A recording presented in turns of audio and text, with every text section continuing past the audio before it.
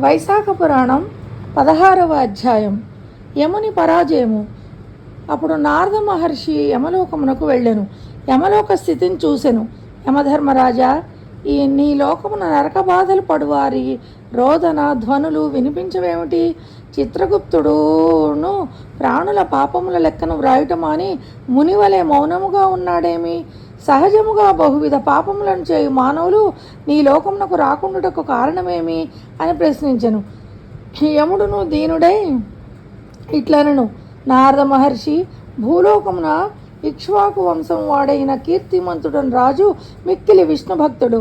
అతడు ధర్మభేరిని మోగించి తన ప్రజలందరినీ వైశాఖ వ్రతమును అవలంబించినట్లు చేయుచున్నాడు. చేయని వారిని తీవ్రంగా శిక్షించుచున్నాడు.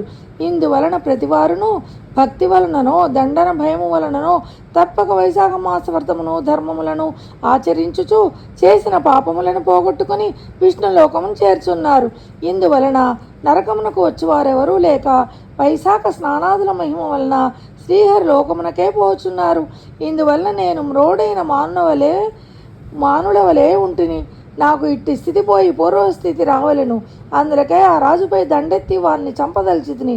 యజమాని చెప్పిన పని చేయక అతడిచ్చు ద్రవ్యమును తీసుకొని ఊరుకుండువాడు తప్పక నరకమునందు నేనును బ్రహ్మచే యమలోకమున పాపులను విచారించి శిక్షించుటకై నియమింపబడి ఇట్లు ఊరకుండుటయు నాకు పాపమును కలిగించును. ఆ రాజును నేను చంపలేకపోయినచో బ్రహ్మ వద్దకు పోయి నేను చేయవలసినదేమి అని అడుగుదును అని యమధర్మరాజు నారదునకు చెప్పెను. నారదుడును బాగున్నదని తన దారిన పోయెను. యమధర్మరాజు తన వాహనమైన మహిషమునెక్కి భయంకర ఆకారముతో యమదండము ధరించి భీకరులకు 50 కోట్ల యమభటులతో కీర్తిమంతుడును వచ్చినవాడు యమధర్మరాజును తెలుసుకొని యుద్ధ సన్నద్ధుడై యమధర్మరాజును ఎదిరించెను. యమునకు కీర్తిమంతునకు మిక్కిలి భయంకరమైన యుద్ధము జరిగెను.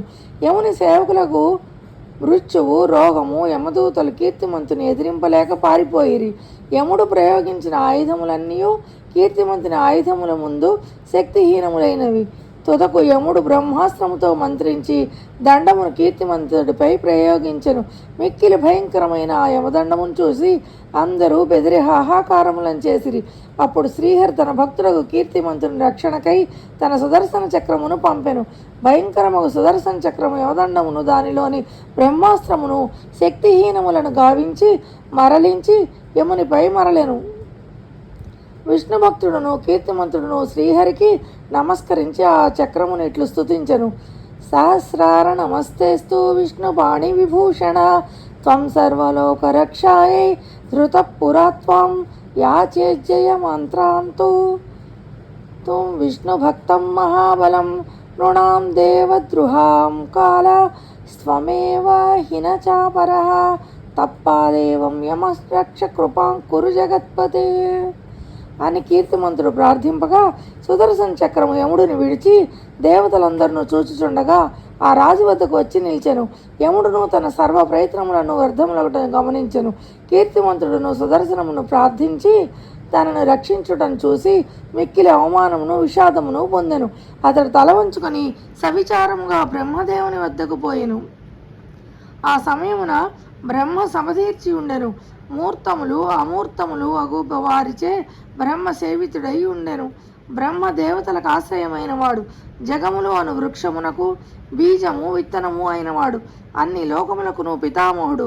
ఇట్టి బ్రహ్మను లోకపాలకులు దిక్పాలకులు రూపము గల ఇతిహాస పురాణాదులు వేదములు సముద్రములు నదీ నదములు సరోవరములు అశ్వర్ధాది మహావృక్షములు వాపీకూప తటాకములు పర్వతములు అహోరాత్రములు పక్షములు మాసములు సంవత్సరములు కళలు కాష్టములు నిమేషములు ఋతువులు ఆయనములు యుగములు సంకల్ప వికల్పములు నిమిషోన్మేషములు నక్షత్రములు యోగములు కర్ణములు పూర్ణిమలు అమావాస్యలు సుఖదుఖములు భయాభయములు లాభాలాభములు జయాపజయములు సత్వరాజస్తమో గుణములు శాంత మూఢ అతి ఘోరావస్థలు వికారము సహజములు వాయువులు శ్లేష్మ వాత పిత్తములు వీనితో కొలువు తీరిన బ్రహ్మను చూసెను.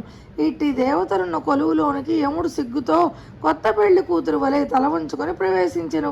ఇట్లు సిగ్గుతో తన వారందరితో వచ్చిన యముని చూచి సభలోని వారు క్షణమైనా తీరిక ఉండని ఇతడిక్కడికి ఎందులకు వచ్చెను, తల వంచుకొని విషాదంగా ఉండుటకు కారణమేమి అని అడిగిరి. సభలోని వారు విస్మయపడిరి.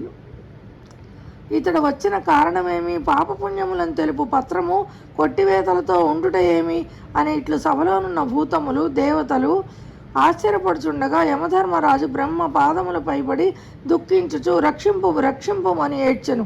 స్వామి, నన్ను రక్షించు, నీవుండగా నేను పరాభవం నంది తిని.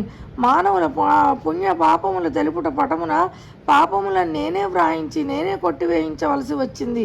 నేను నిస్సహాయంగా నిర్వ్యాపారముగా చేతులు ముడుచుకొని ఉండవలసి వచ్చింది అని పలికి నిశ్చేష్టుడై ఉండెను. దీనిని చూసి సభలో గగ్గోలు బయలుదేరను. స్థావర జంగమ ప్రాణులన్నిటినీ ఏడిపించు ఇతడే ఏడ్చుచున్నాడేమి, అయినను జనులను సంతాపపరచువాడు శుభమును పొందునా, చెడు చేసిన వాడు చెడును పొందక తప్పునా అని సభలోని వారు పలు విధములుగా తమలో తాము అనుకొనిరి. వాయువు సభలోని వారిని నిశ్శబ్దపరిచి బ్రహ్మ పాదవులపై వాలిన యమధర్మరాజును దీర్ఘములు దృఢములు అగు తన బాహువులతో పైకి లేవదీసెను. దుఃఖించుచున్న అతనిని ఆసనమును కూర్చుండబెట్టి ఊరడించను. నిన్ను పరాభవించిన వారెవరు, నీ పనిని నిన్ను చేసుకొనకుండా అడ్డగించిన వారెవరు, ఈ పాప పట్టికను ఇట్లు తుడిచిన వారెవరు, వివరముగా చెప్పుము. నీవెందుకు వచ్చితివి, అందరినూ పరిపాలించు వారే నాకును ప్రభువు, భయము లేదు చెప్పుమని వాయువు అడుగగా వాయుదేవుడు యమధర్మరాజు అయ్యో అని అతి దీనముగా పలికెను. వైశాఖ పురాణం 16వ అధ్యాయం సంపూర్ణం.